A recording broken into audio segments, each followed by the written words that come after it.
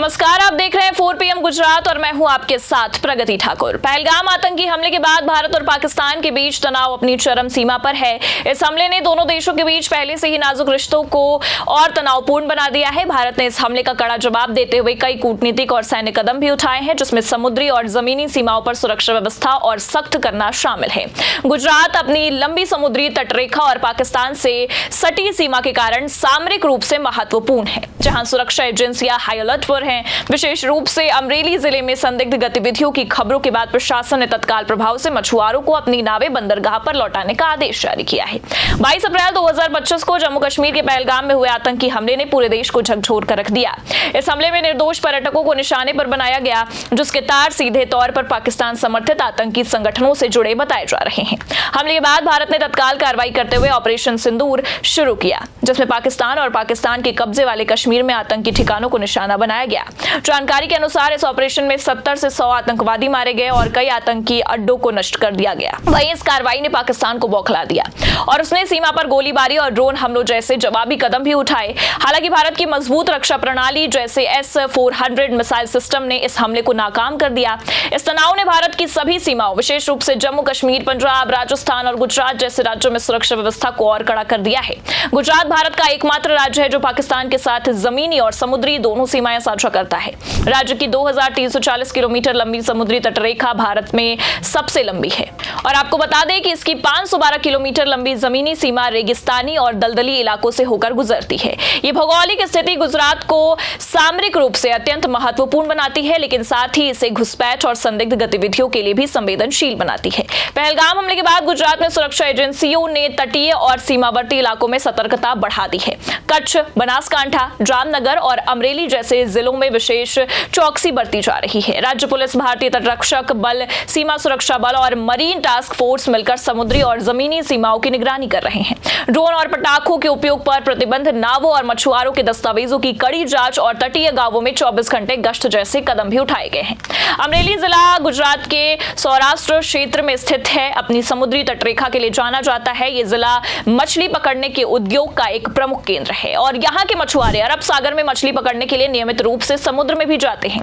हालांकि हाल ही में अमरेली के तटीय इलाकों में संदिग्ध गतिविधियों की खबरों ने प्रशासन को हाई अलर्ट पर ला दिया है। प्रशासन के अनुसार खुफिया सूचनाओं के आधार पर यह संदेह है कि पाकिस्तान समर्थित तत्व समुद्री मार्ग में घुसपैठ या अन्य गैरकानूनी गतिविधियों की कोशिश कर सकते हैं। इस खतरे को देखते हुए अमरेली जिले के सभी मछुआरों को तत्काल अपनी नावें बंदरगाह पर लौटाने का आदेश दिया गया है। स्थानीय प्रशासन ने इस आदेश का सख्ती से पालन सुनिश्चित करने के लिए तटीय पुलिस और मरीन टास्क फोर्स को तैनात किया है।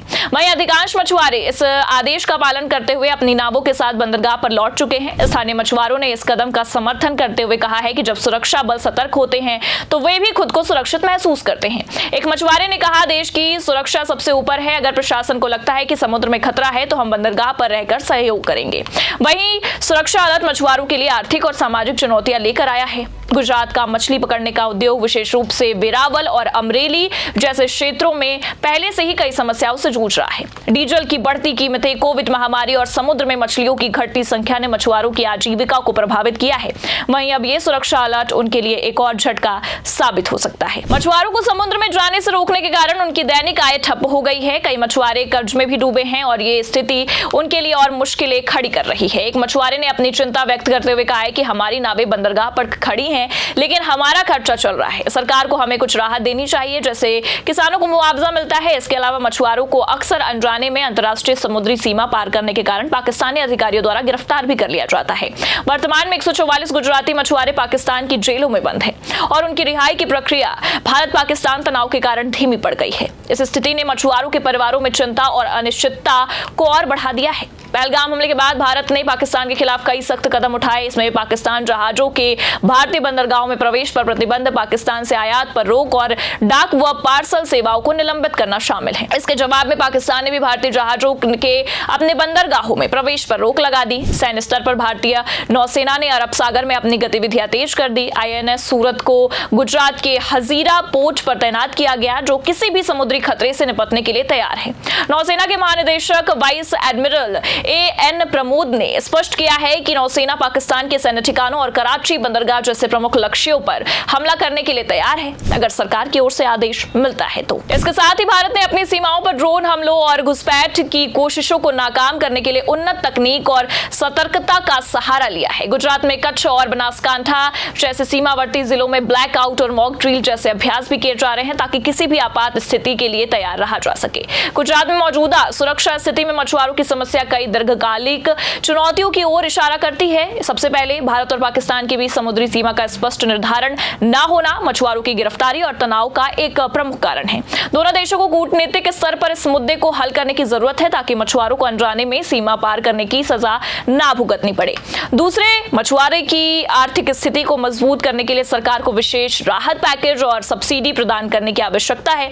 उन्नत नेविगेशन तकनीक और प्रशिक्षण प्रदान करके मछुआरों को सीमा पार करने से रोका जा सकता है। तीसरे, भारत को अपनी समुद्री सुरक्षा को और मजबूत करने के लिए तटीय रडार स्टेशनों, ड्रोन निगरानी और ज्वाइंट ऑपरेशन सेंटर्स की संख्या बढ़ानी चाहिए। 26/11 मुंबई हमलों के बाद शुरू किए गए उपायों ने समुद्री सुरक्षा को बेहतर बनाया है, लेकिन मौजूदा तनाव को देखते हुए और सुधार की जरूरत है। अब आपको बता दें कि पहलगाम आतंकी हमले के बाद भारत पाकिस्तान तनाव ने गुजरात के अमरेली जिले सहित देश के सभी सीमाओं पर सुरक्षा व्यवस्था को अभूतपूर्व स्तर पर ला दिया है। अमरेली में मछुआरों को नावे बंदरगाह पर लौटाने का आदेश इस तनाव का एक छोटा लेकिन महत्वपूर्ण हिस्सा है। यह कदम न केवल राष्ट्रीय सुरक्षा को प्राथमिकता देता है बल्कि मछुआरों के जीवन पर भी गहरा प्रभाव डालता है।